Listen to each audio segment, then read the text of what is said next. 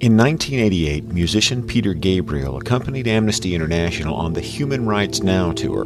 He brought along a Sony Handycam, one of the first camcorders marketed to consumers, and he used it to document the suffering that he witnessed. I traveled to different countries and met people who'd been tortured, who'd watched members of their family killed in front of them. And one of the things that amazed me was that these people could suffer like this and then have their stories buried. And it seemed that if they'd had cameras, there might be a better chance of doing something.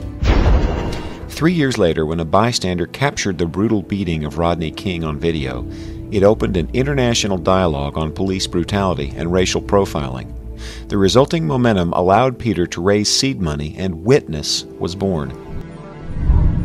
In their years of service, Witness has helped bring awareness and genuine positive change to abuses ranging from the widespread murder of women in Mexico to the recruiting of child soldiers in the Congo. Our approach is to really focus on how you empower the people on the ground who know the situations, who are doing the work, who speak the language, who talk to the people who suffer human rights violations or even have suffered them themselves, and to give them the tools to use the power of video to communicate.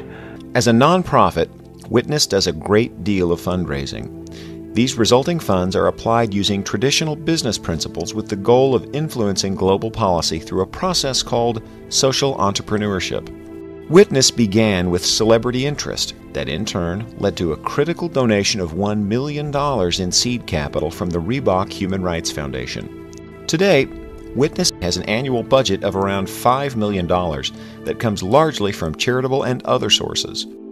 In 2001, Witness became a wholly independent nonprofit organization.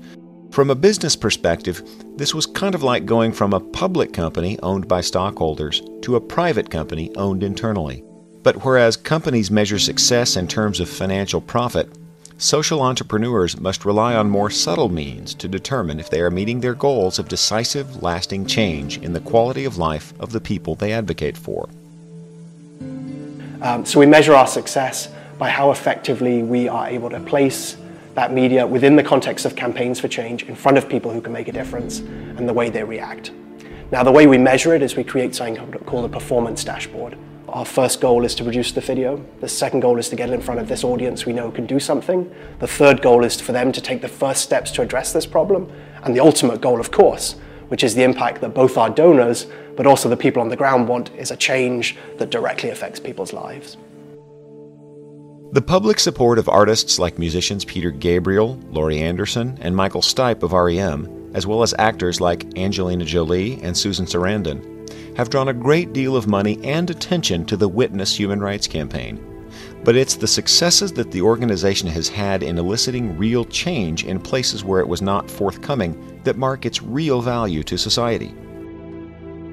Witness videos have helped prosecute recruiters of child soldiers in the Democratic Republic of Congo. In that partnership we worked together to tell the stories of child soldiers, and with those stories we lobbied the International Criminal Court to arrest one of the warlords who stand trial for the war crime of conscripting children in war.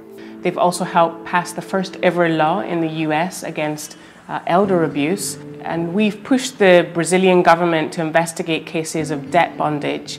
In the Amazon every year, about 25,000 people are enslaved into debt bondage, and we've pushed the government to investigate these cases and to create some form of justice for the people that are experiencing these abuses. In the end, for thousands of people around the world, reaching sympathetic supporters through the power of video has done nothing less than transform their lives.